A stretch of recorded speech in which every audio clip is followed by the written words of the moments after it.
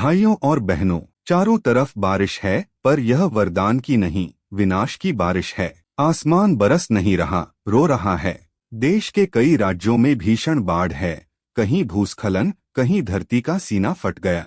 गांव डूब गए, शहर थम गए, पहाड़ बह गए, घर उजड़ गए, लोग बह गए। खेतों में फसल नहीं, सिर्फ कीचड़ है। कहते हैं कि भारत कृषि प्रधान देश है, लेकिन आज किसान सबसे अभागा है। बोता कोई और, लूटता कोई और। कभी सूखा उसकी पीठ तोड़ता है, अब बेमौसम बरसात उसकी उम्मीदें डुबो रही है। बीज सड़ रहे हैं, फसलें गिर रही हैं, और सरकारें सिर्फ घोषणा कर रही हैं। किसान का दर्द अब आंकड़ा बन गया है।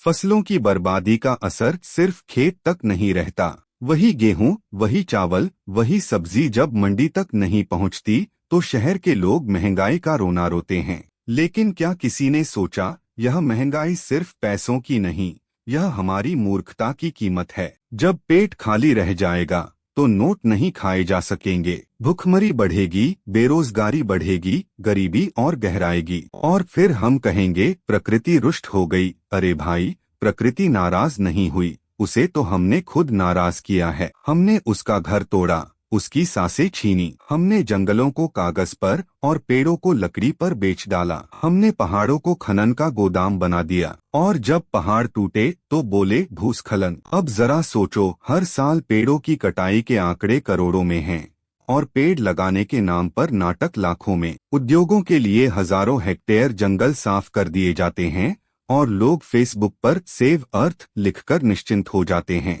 पेड़ लगाने में आलस, बिजली बचाने में झेंप, और कचरा फेंकने में गर्व, यही है हमारी आधुनिक सभ्यता का चेहरा। अब सवाल यह नहीं कि प्रकृति रुष्ट क्यों है, सवाल यह है कि हम कब सुधरेंगे। हम हवा को जहर बना चुके हैं, नदियों को नाली बना चुके हैं, मिट्टी को जहर से सींच रहे हैं। और फिर जब बादल पागल होकर बरसते हैं, तो कहते हैं भगवान ने क्या किया। अरे भगवान नहीं, इंसान ने किया। कभी कभी लगता है धरती अब सहन नहीं कर पा रही। वह कह रही है, तुमने मुझे खोखला कर दिया, अब मैं खुद पर टिक नहीं पा रही। ये जो पहाड़ गिर रहे हैं, ये सिर्फ मिट्टी का ढेर नहीं है, ये तुम्हारी लापरवाही की लाशें हैं। ये जो शहर डूब रहे हैं, वो सिर्फ गलती से नहीं, बल्कि तुम्हारे लालच से डूब रहे हैं।